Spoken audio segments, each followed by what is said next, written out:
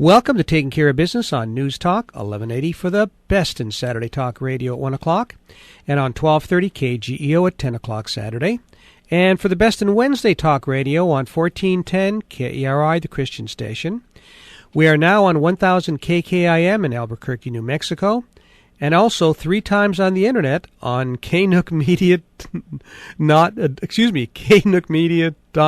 I don't know why, Greg, I have a hard time with that.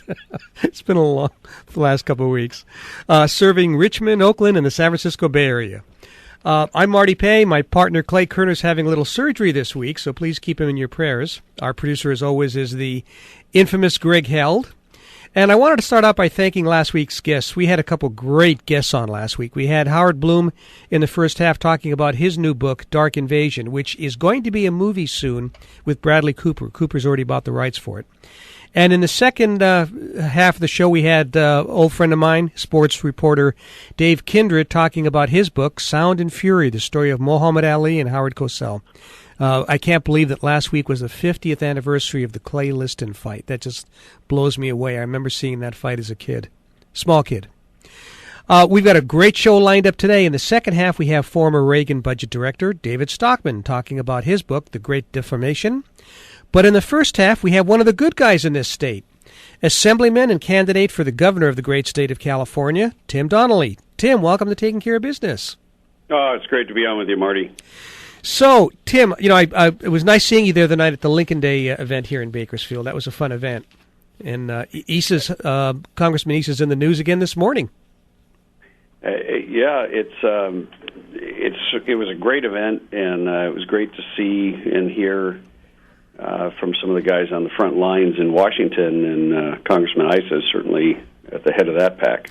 Yeah, we're going to have him on in about a month or so, and I guess he got into a little run-in with, now we're taping this on Wednesday, but apparently he got in a run-in with the Democratic leader of that committee and shut off his mic, so... Well, I've had that happen to me in Sacramento, and they've done it to Shannon Grove more times than anyone can count, so... he should consider wear it as a badge of honor. You know, it's funny because when you mentioned that, I was thinking you and Shannon both, because I know the two of you have had that happen. And I was joking with Shannon because she has that office in the corner that Sharon Runner, my old friend, used to have. And it seems that when you're causing a lot of commotion, you get that office in the corner way out in the middle of nowhere. That's right. It's another badge of honor. It is another badge of honor. It means, look, if they're not attacking you, then you're not making a difference. Yeah, it's crazy, isn't it? Yeah, it's a crazy way it works.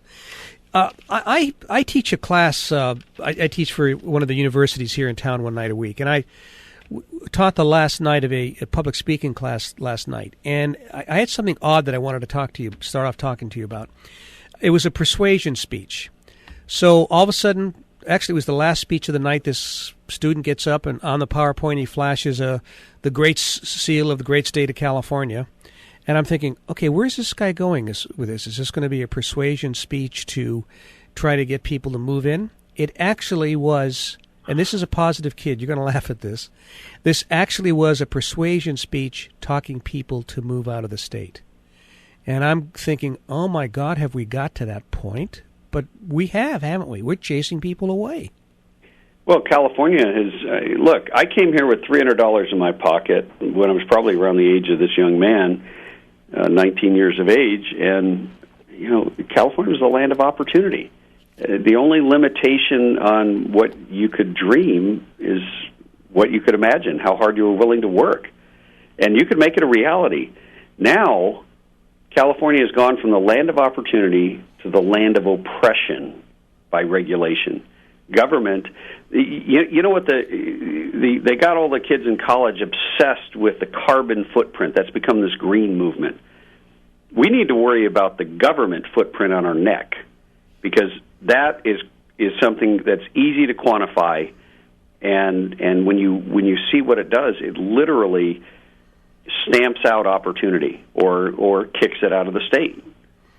Yeah, and that's happening quite a bit. And, the last time this happened, I think it was about 15 years ago, if I remember right, it just got to the point where, I remember one particular company, their workers' comp bill went from $70,000 to $7,000 when they left California and moved to, I think it was Alabama.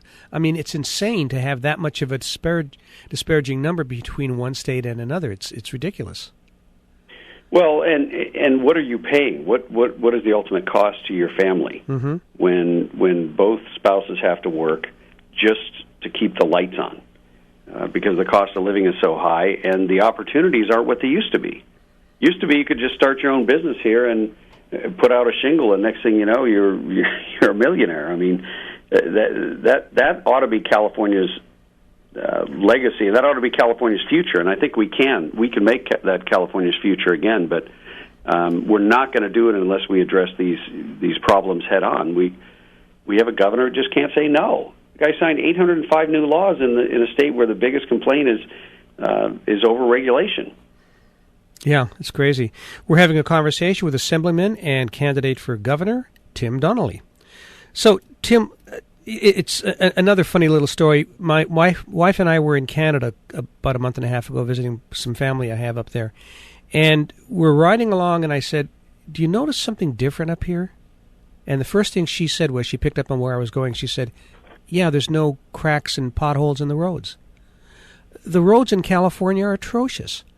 And for years, we had this fund that supposedly took care of roads. What happened to that money? Well, they stole it, like they steal everything, and they lie about where it's really going to go, just like Prop 30. They said it's going to go to education. Heck, that was a payoff to the teachers' union. None of that money's ever going to reach the kids in the classroom. You're going to have teachers out there still pulling money out of their own pockets to pay for school supplies. What we have is a government that has perpetuated a fraud, and they're good at it, and the public buys it, and the media is complicit in it. And, it's funny, you talk about roads. We're building a high-speed rail with money we don't have, a train that goes nowhere, and we're stealing people's land to do it. Meanwhile, and Jerry Brown wants that to be his legacy, but meanwhile, his father's legacy, Pat Brown, who was kicked out of office by Ronald Reagan in 1966, his legacy was building the freeway system, building all this infrastructure.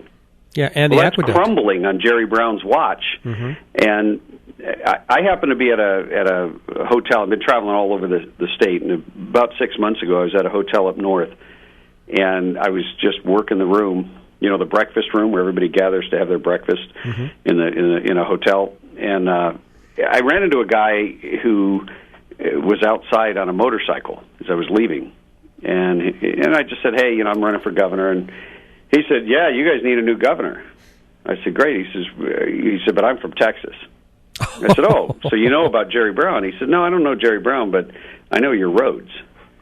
He said, "Your roads are falling apart. I've been traveling all over the West, and I judge a state's fiscal condition by the condition of their roads." Wow. You guys are in trouble. Wow. Isn't that interesting? Yeah, because the roads are like a third world country right now. It's crazy, and I go down to L.A. quite a bit from here, and it's you get to L.A. and it's like the infrastructure of the road is constantly, they're patching it, but it's like patching something that has to be totally replaced. Well, and meanwhile, we're bankrupting cities and breaking the state with pension obligations that we can't afford. And instead of addressing that problem and doing something about it, we're allowing it to just fester. And if we ignore it, maybe it'll go away. And what it ultimately does is it consumes the resources that should be used to fix the roads, that should be used to invest in things like desalinization and an efficient. We need to end this high-speed rail and create a high-speed waterway. And get water to the government-created Dust Bowl and protect the number one industry in the state of California. Because you can live with a whole lot of things. You can live without a necktie. You can live without a wristwatch. Heck, some people can live without an iPhone for 2 or 3 hours at a clip. Can you imagine that? But you can't. My kids can't. Yeah, mine either. But you can't live without food, and you can't live without water. And I think we have such an imbalance in the priorities. In literally, it would be like not paying your mortgage, but you're going to go out and invest in something that you don't even need, and let that consume all of your money. Maybe taking trips or something. Meanwhile, you come home and the house has been foreclosed on. Yeah. That's how California is running their finances. Yeah, it's insane. When we come back from the break, let's talk a little bit more about high-speed rail and water. We'll be back in a moment on Taking Care of Business on Current Radio News Talk 1180.